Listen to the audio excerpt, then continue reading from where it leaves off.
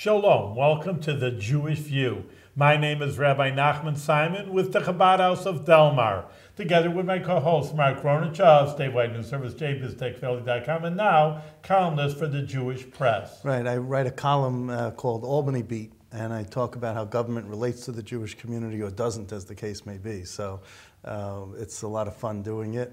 But we have a very special return guest with us today, the president of the Albany Common Council, Chairwoman McLaughlin. You're not Irish. I always tease people. Who knows? Who knows? Yeah. But anyway, I do welcome back to the Jewish View. Thank you so much. It was so much fun the last time that you were here that we have so much more to talk about. And I know it's taken a while for me to get back, but I'm happy to be here. Well, there's so many more things to talk about also. Since you were last on the program, you became the chairwoman of the Albany County Democratic Committee. Yes, yes. And like you didn't have enough on your plate. Right, very exciting role, but it is very challenging. I'm honored to be able to do it, though. Now, you would be, I mean, usually the mayor is the de facto, or isn't it the county executive, or isn't this like the governor is the de facto head of the state Democratic Committee, let's say.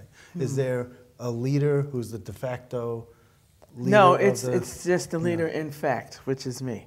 No leader de facto, and I know the two terms because I know in the past it has, and through I've been involved with the party for over 20 years, and I do understand what you're saying, and in the past it has been, I believe that the previous mayor was considered that. Sort of the de facto leader. But I think because so much has happened on the political front in Albany County and in the city of Albany, I don't think that you can make those same statements today. Okay, that's good to know.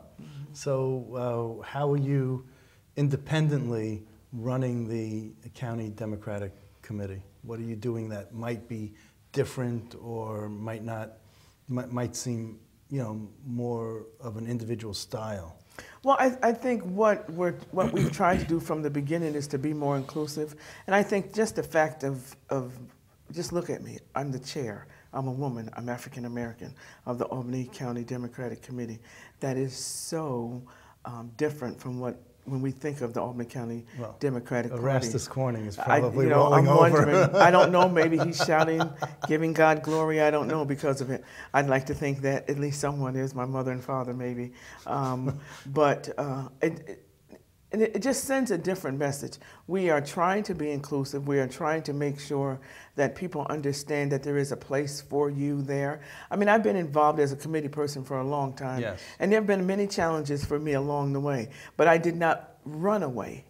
You know, I stayed there, and this is, I think, the result of that. But it's also, my being there is a result of the hard work of a lot of people. There's no way I could be there in and of myself. People believed in me. People felt, all right, let's put her forward. Let's see if we can support her. And I believe in the 9 or 10 months that I've been there, that I've been effective. And that's what's important. I wouldn't take on the position if I didn't feel I was going to do something with it. Do you have any paid staff? Or we have some people that we sort of do some per diem stuff with, but no, and that's the challenge. Your number one job as the chairperson is to raise money. Right. We have an office. We have to keep the building open.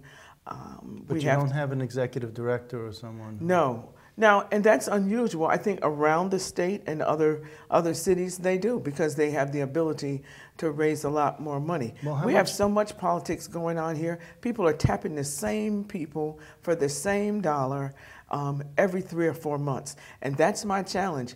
Every 3 or 4 months, I have to have some type of activity where we can raise funds to keep the doors open and to pay the rent. So how much do you raise on an annual basis? Well, since I've been there, since October, we have raised about $60,000, $70,000. Right. So you're on track, what, to raise $100,000 for the year, give or take, because you have a picnic coming up. Right. The picnic is coming up on July 11th. We would love for people to come out. Well, it's a Shabbos. It's a Saturday.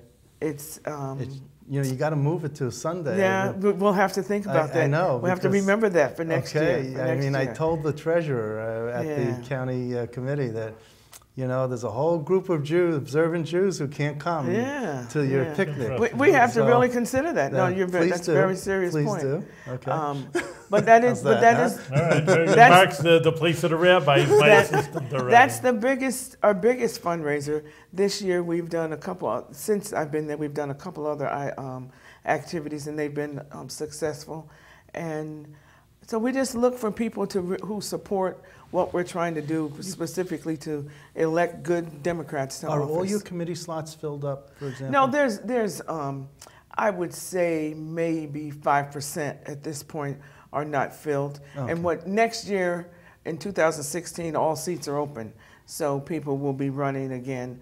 And next year's going to be a busy year because it's a presidential year, and we'd like to have people with boots on the ground out there working. Do you have waiting lists of people who want to be committeemen in some slots? Well, if they want to be in a particular ward, maybe sometimes there are people. Some wards are very good at keeping their spots filled, and others it's a challenge to keep them filled, because you want people who want to work, not people who just want to have their name on a piece of paper. Right. Because like right now is when there's really a lot of work, when you really have to go door to door and do petitioning. And if people aren't down for that, aren't up to that cause of doing that, then I'd rather next year, as we go out recruiting people, really explain to people what's going to be required of you, and not just be desperate and say, well, I'll just put your name down. That doesn't work in the long run for the party.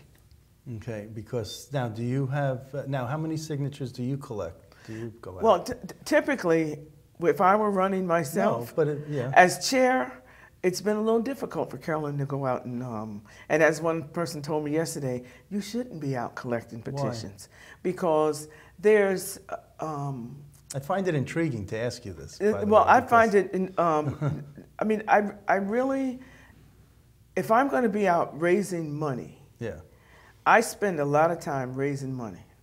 I don't really have time to go door to door, but I will choose to do that when I feel really strongly and someone needs that help. When they have a particular challenge that I believe in, and I really think that we've got to do our part. Everyone has to pull their weight. And I think people should know that you're elected citywide as president of the Albany Common Council. And when I think when I've run for president or or as council member, whatever the minimum number is that an individual needs, I make sure that I get them myself. If I need 2,000, I'm going to get those 2,000. If I need 1,000, I personally am going to knock on enough doors and get enough signatures so that I have the minimum. Anything over that anyone else brings to me, I'm grateful for that. But I will never ask someone to do for me what I won't do for myself. Right. I always heard it's the rule is 3 triple. times. Absolutely. The required signatures. So you can fight off any challenge that anyone may bring. Yeah. I know I had a friend who they try to kick his mother's signature off the petition. Oh, you'd be surprised some of the challenges that people make. But when you're desperate, you pull out all the stops. Go for everything. You know. How do you see the party and the Democrats in the city of Albany or in the county of Albany faring? I mean, they have a lock, don't they? They have a lock on every town. There are some challenges. Like here in the city of Albany, we have a number of county legislators, but typically they're primaries. We don't have many Republicans going against county legislators. But out in the suburbs, like Paula Mahan is running for re-election, and she has a Republican, Christine Benedict. And my understanding is that Danny McCoy, who's running he also has a primary, is running for re-election as county executive, but I understand he also will have a Republican on the ballot as well. He will? I'm not sure who the name, but... Because he didn't 4 years ago. No, he did not. Then that was a bone of contention in the Republican side, So, do you see the Republicans being any sort of challenge to the Democrats anywhere? Well, you should always take a challenger seriously. You should, in terms of them being able to win, that's another story. But you never discount anyone. I mean, ask Mario Cuomo and his son about that. God bless him. But when Mr. Pataki ran against him, when he was going after his third term.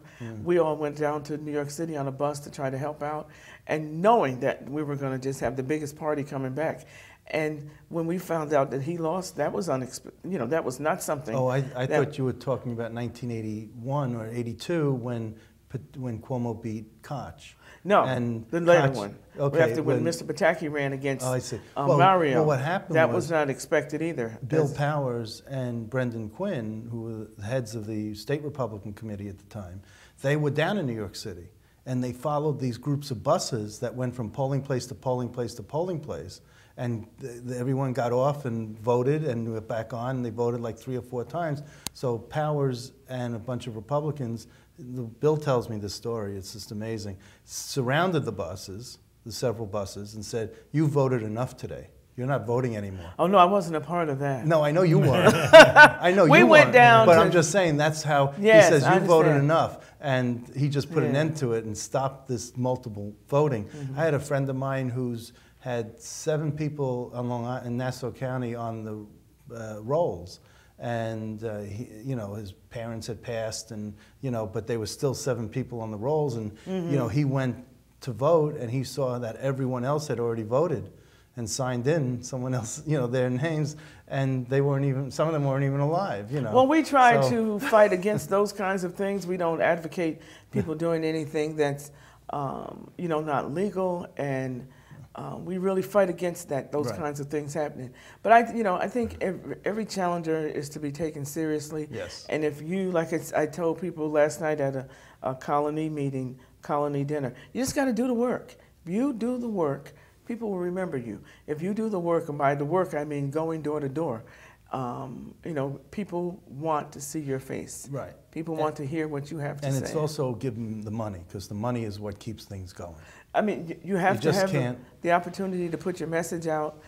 We have to have the opportunity to support those people who are doing some of the groundwork for our candidates. And that's what, the fundraising is all about. We don't pay people for their vote. We pay people for the work that they do and enabling us to get the vote out. Do you still do something for the poll workers, poll watchers, and the people who are there for those 15 hours on election day? A few years ago, I can't remember how long it's been now, maybe it's been at least 4 years ago, the rate at which the poll inspectors, the poll watchers are paid, poll inspectors are paid, went up. I mean, it's not a lot of money. No. You sit there all day for $125 a day. That's during the rate, and then taxes during November, and then in September the primary. The day's a little shorter, starts at noon instead of 6 o'clock in the morning. Right. But the people that do that, they've been doing it for a number of years. They see it as an opportunity to give back to their community. And sometimes. Yeah, but also I agree with you, because some people, they look forward to doing that, and they look forward to that little gas money that they can get. And I remember going around for the Republican committee, and because I was the executive director of the Albany County Republican Committee from '97 to '99, and if you didn't, here it is, surprise. But George Scarins was chairman, and he used to have me get a stack of $5 bills. I had to order them 2 days ahead of time from KeyBank. And I used to go around to all the polling places, and I used to give everyone $5 for lunch. And that was like the biggest thing. No, we try to do that. When we have funds, and the money doesn't flow like it used to, because I remember when I was first award leader many years ago, we were able to do things like that. Now some of the poll inspectors they're very creative. If you're in a large place, they all make plans. They all bring food so they can eat all day long. They have like a little buffet in some of the larger polling places. Yeah. We make sure people have coffee and donuts in the morning. And where we have the opportunity to make sure that people are happy all day long, we try to do that. Well, we used to have a woman in Arbor Hill who was like the ward leader, and she'd say, "Give me the money that you were going to give to all your poll watchers, the $5, and then I'm going to make them a big batch of food, and this will be the money that'll go for that." Well, it turned out, what did we give her? $150, and she prepared $25 worth of food and pocketed the rest. And I put an end to that, and I said, no more. And she got so upset. I mean, it was like... she wanted you to pay for the labor as well as the food. So. We wanted everyone to have the right amount. Yeah. Anyway, let's talk about some issues, if you don't mind. I was going to say, get back to the issues. Now, you're in the South End. You live in the South End of Albany. I live in the South End, yes. And the big issue down at the South End are the oil trains. These big tankers... Yes, one of the big issues. These big tankers that are coming from North Dakota, they're going through many other states, and you're all afraid from Albany to Cohoes that one of these tankers are going to blow and it's going to wipe out Watervliet or Green Island or some other city, and you're never going to, it'll be obliterated. Let me ask you, Mark, is the man in the street concerned? I mean, I know activists, it's an issue like you're bringing up, but you think if you knock on the door, saying, hey, are you concerned with the... I mean, sometimes it's like activists make a bigger issue than the man in the street. I'm not scared. It's not going to blow up. Don't worry about it. Well, no, I think that's not true, at least particularly in the South End of Albany, because we have involved the people in Ezra Prentice homes in the conversation. So they are aware. I mean, and these folks there, they live the closest to it. I mean, from here to that wall over there. So they are very knowledgeable about what is going on. And there's a restaurant in Watervliet that's butts right up against the tracks, and there's all these other stories going down the line, literally, where there could be, this disaster happening if something ever happened. So this has been my issue with this, okay? We should, like they have the decorative noise barriers along the Thruway and other highways, and Long Island Expressway. They have these wonderful decorative noise barriers. When Richard Brodsky, his former assemblyman from Westchester, first brought up the idea of noise barriers, it's too expensive, what are we going to do with it? Well, it's not worth it. There was a lot of opposition, because people can oppose things just for the sake of opposing things. And he got it through the legislature. Now they're everywhere. Okay, it's part of the building process when they repave roads or rehab highways. Can't you build walls around those tracks, containment walls that are pretty, that are nice, that are decorative, aesthetically pleasing, and then, so that if there is an explosion or derailment, that you could still have a way of getting in and mitigating, the catastrophe, but these walls will contain the explosion. Well, that is one of the things that has been proposed, and from the beginning. And the issue is who's going to pay for it. The federal government. The federal government. Because it's it's a federal issue, because the rail lines are owned by the feds, and the Ezra Prentice Apartments is a federal housing project, and it's all... Well, we certainly don't propose that the city or that the people would pay for it. Right. But we've approached this idea, approached the oil companies with this idea, and DEC with this idea, and it's like, who wants to take responsibility for doing that? But no, it's a very real possibility. And then you'll have people that say, well, if something happens, a cement wall, I don't care how deep it is, it's not going to save the people, but at least it gives people time to escape, to get out. I mean, and this is a real possibility. It's not that it's not happened before, because it has. We have evidence of it. We've seen it, around the country where things have happened. And Canada. So it's a real concern that people have. Because the conversations are important. The oil that's in there is volatile. It's not. It hasn't been.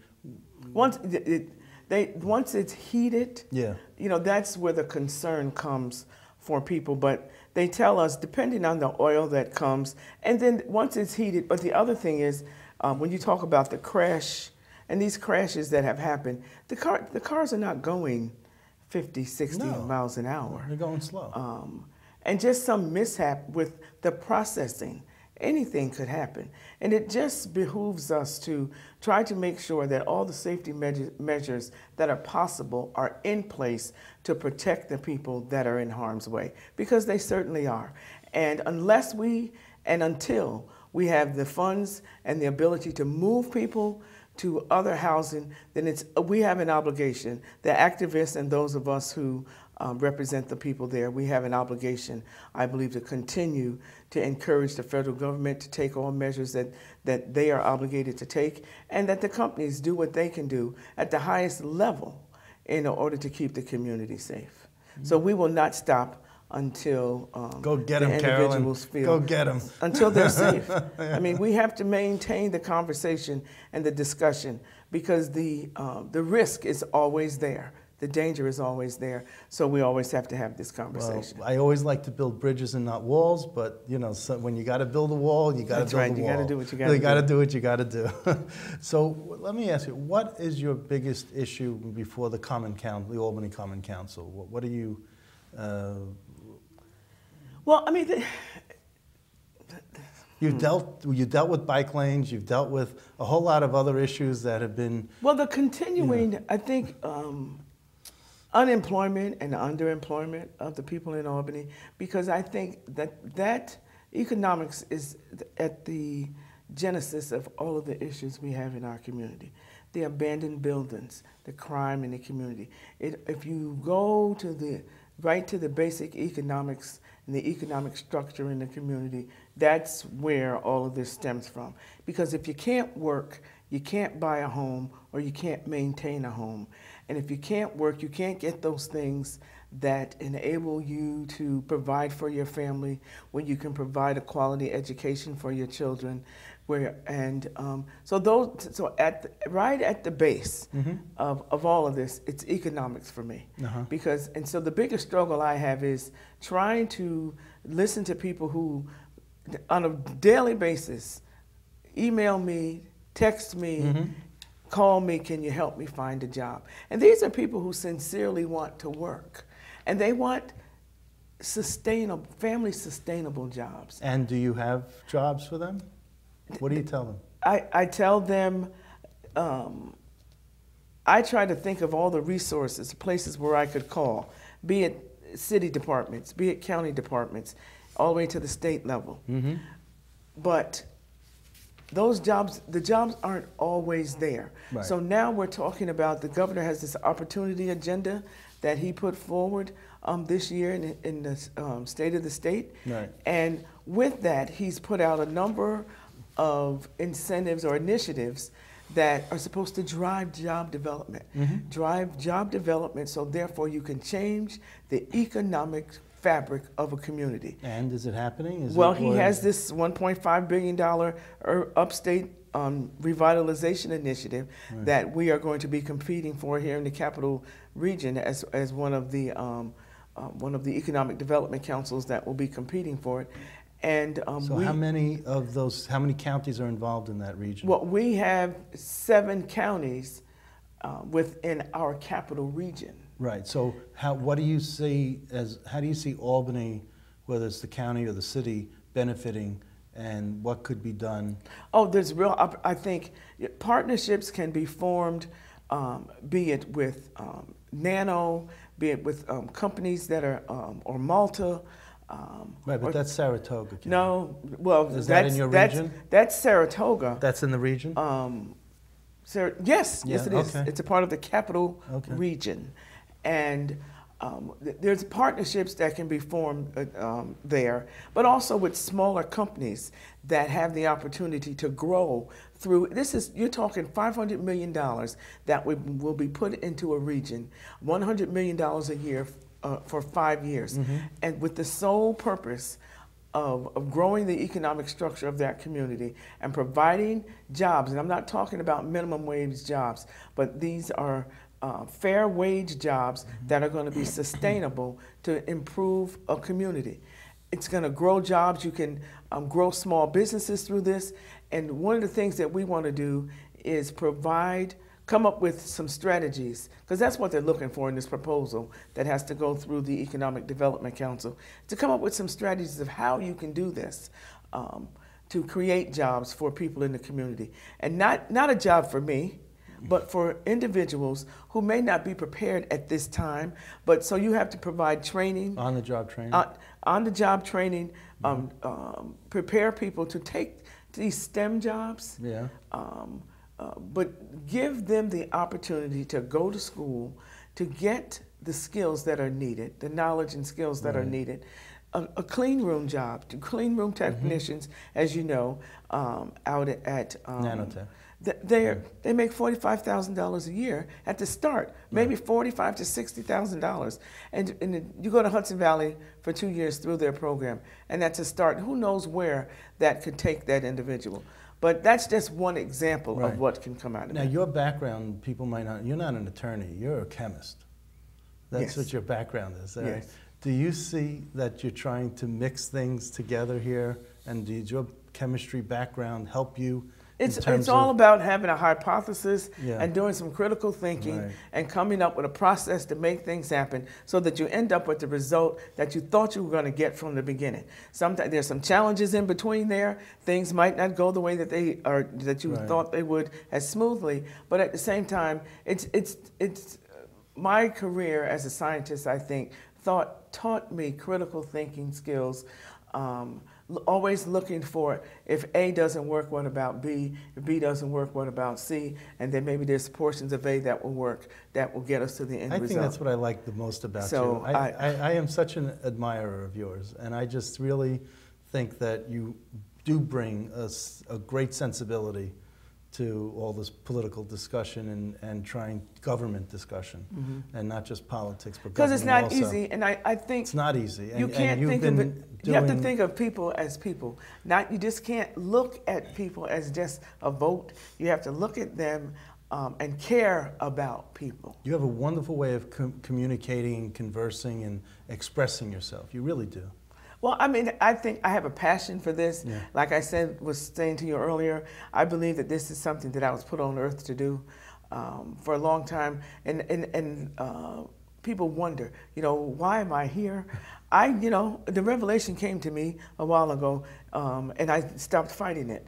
This is what you were put here to do, and I try to do it to the best of my ability. Well, you're doing a fine job in my book, because I'm very cynical, and I haven't been very proud of the leaders until I really saw you, the way you act and the way you, I don't want to say when I see you in action, because in action would be 2 words, not 1.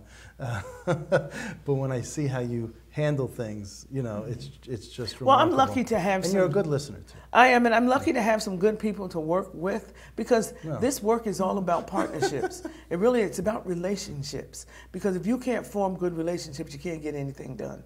So I've been fortunate enough to be able to build good relationships with people in the business community, the labor community, the nonprofit community, and that's what it's all about, being able to connect the dots. Because I believe that there are people in all of those sectors who really care about the community and are trying to do what they can. Because no one piece can do it all, but we all try to work together to make significant changes in the lives of people in our community. Rabbi, did you want to? Like you say, the revelation you got, but I mean, you're a God-fearing person. I could see that. And I mean, just from a rabbi, I mean, that's what we see that. You have to have God's help, and you have to be inspired. Absolutely. It really helps people to be inspired to do the right thing. It's just not say, well, how do you make people feel for another person and not be selfish, and how do you feel for a community, which is really what America is all about.